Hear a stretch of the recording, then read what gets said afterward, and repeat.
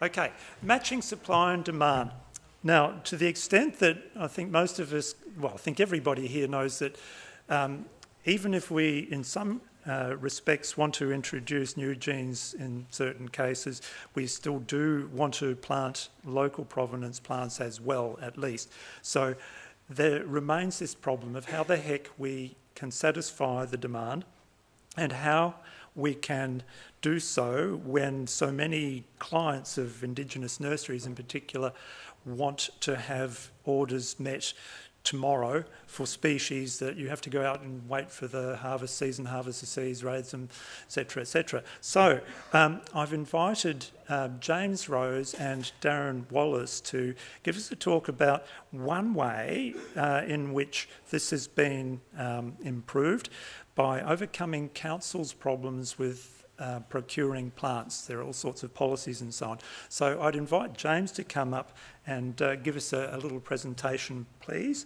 Thanks, Graham. As you can see, my name's James Rose. I'm from Knox City Council. I'm the team leader of bushland at Knox. One of the issues that we had is our council values local provenance, and I suppose if you think about all the stuff we've learned today and you substitute fragmentation for climate change, we've got a fragmented arrangement of bushlands across the municipality.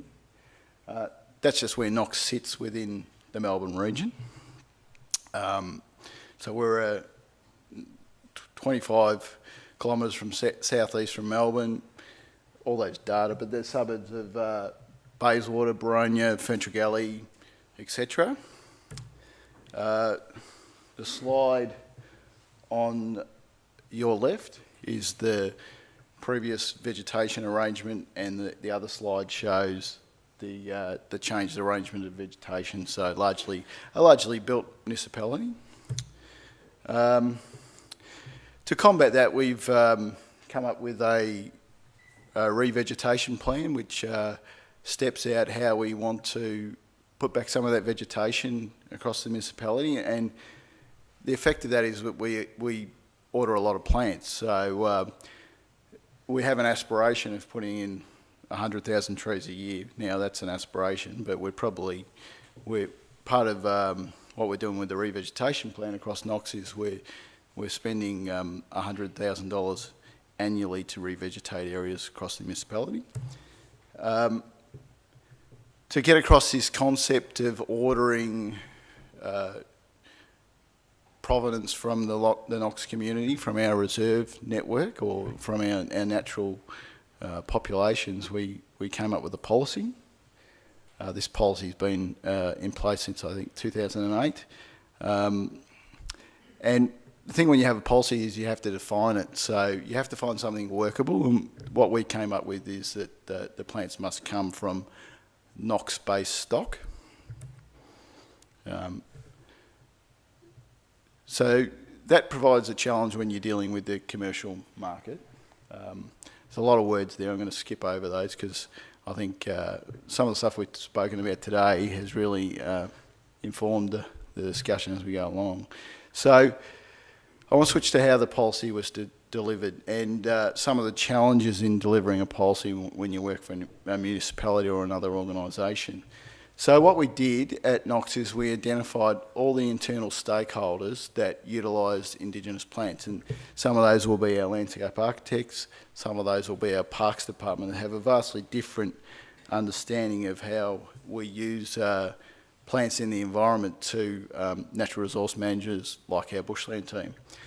Over a period of 18 months, we established a steering committee, and we thrashed out these issues and thrashed out the issues of getting supply of stock at relatively short-term projects. So, for example, the landscape architects may do a master plan, and they may want to plant straight away.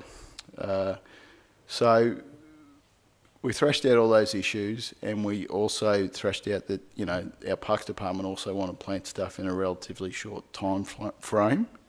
And as many of you will know, plants are not available often at short notice, and that you need sort of a 9 to 12 month ordering process to have plants available for the next season. So what we did from there is we decided to go to a contracting arrangement where we would put out a contract to buy 60,000 plants annually initially for a 2-year period, because there was a lot of uncertainty within how we're going to work with that amount of plants. People across the organisation are basically changing the way they do things.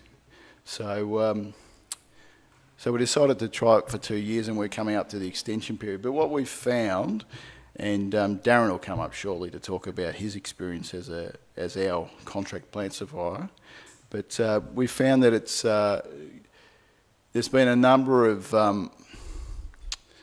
unpredicted positives out of going to this contract method of establishing local provenance plants and ordering them en masse at a given amount on an ongoing basis. So some of those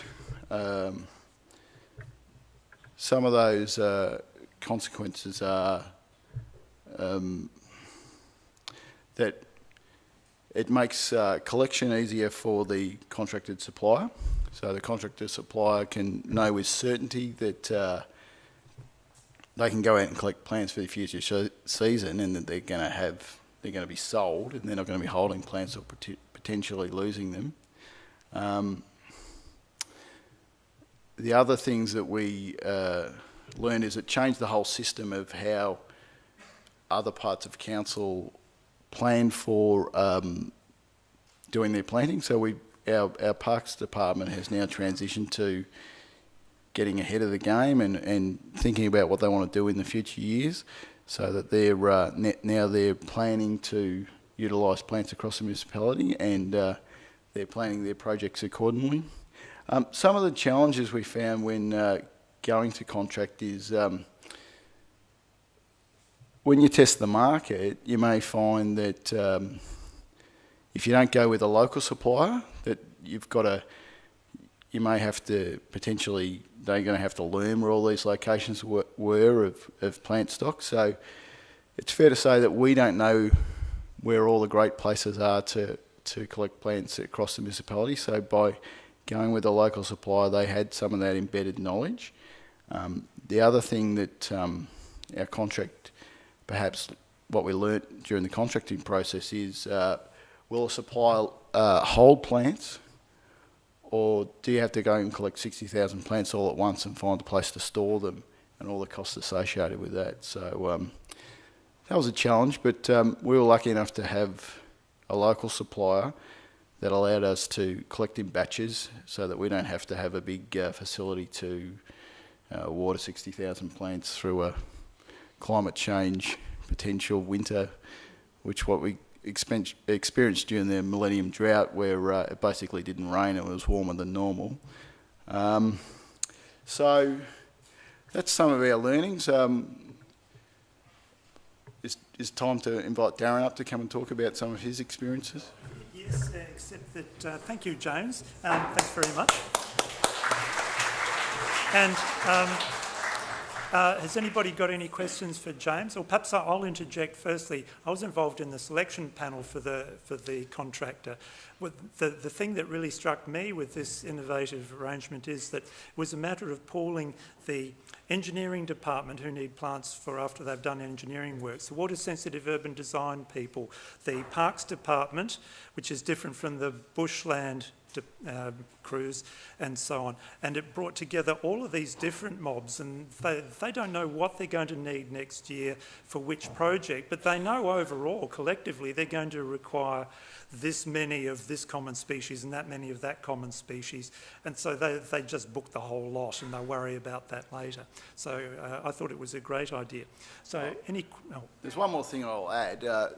One of the things we did when we were going to contract is we added quite a senior officer from our procurement area to the contract panel to decide, and that had a really good unintended consequence in that senior procurement people used to say to us, well, why don't you just use plants from this nursery? You know, they're available, you can use them. So you'd have to explain the concept of, well, you know, the basalt plains may not necessarily suit the stuff that we're growing in Knox. So, and he'd sort of roll his eyes and look at you and think, what the heck's he talking about? But by involving him in this contract, in exploring some of the intricacies of the concepts and the science around this stuff, what ended up happening after the process is that our procurement guy now gets it. And instead of having to explain it in copious details every time you talk to him and having him rolling his eyes, he's actually coming to us now and talking about some of these concepts. So that was one of the really great unintended outcomes of that process. Good, thank you. Thanks, Ron. Has anybody got any questions before I hand over to Darren? No, okay, Darren, it's your turn.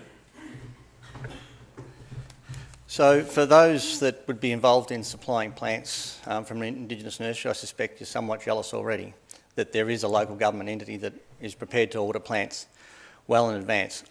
It should be said that I supply a range of local governments and not all of them are as organised as Knox at the moment, but that's just how it goes, and I'm sure there'll be plenty of people who, as I say, wish it applied to local government, to statutory authorities, to anybody and everybody that would want to order plants.